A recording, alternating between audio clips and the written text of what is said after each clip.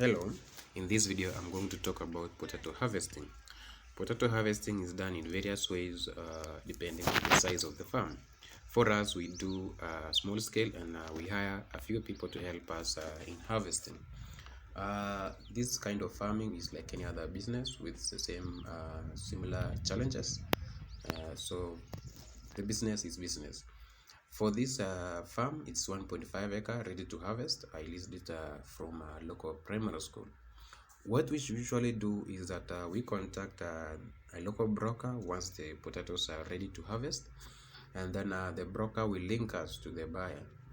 From there, we agree on the price depending on the price that's retailing on the market, and then from there the buyer will then send some commitment deposits. That's like a commitment to buy.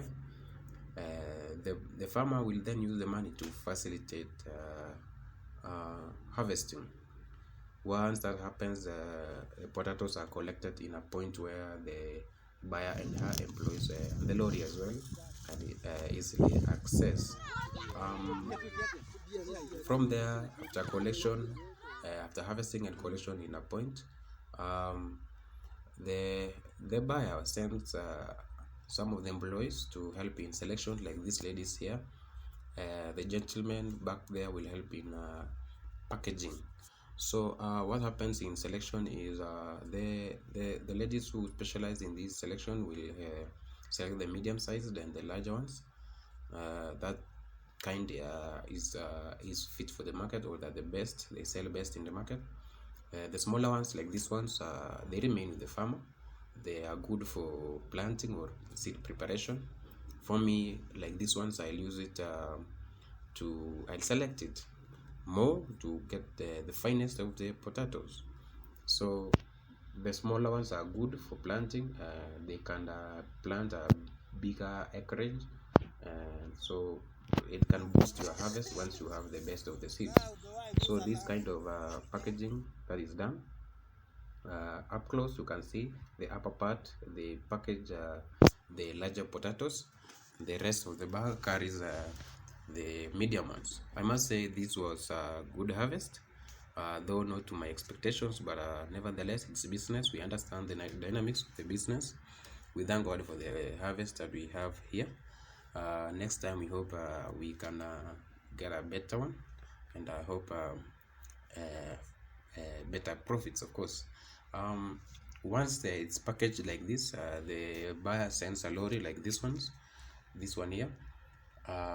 This time I must say we are lucky because the rains are not they are not here at the moment, because sometimes we get very unlucky and we have to incur extra cost, or sometimes we have to cost share with the buyer because the lorry might not be able to access the potatoes right from the farm. So we have to use other means of transport to a point where they can easily access. So here I must say we are lucky, and the rains are not here at the moment. So once the lorry is here, some of the employees from the buyer will help in loading up the lorry. That once that is done, they load up, and then maybe they move to the next farmer to load up. So that what they do is that they ensure that the lorry is filled up to the right tonnage to help in transport, economics of transport, so that it becomes economical for them as well. So the buyer tells me that she also sells the potatoes in Nairobi Marikiti market.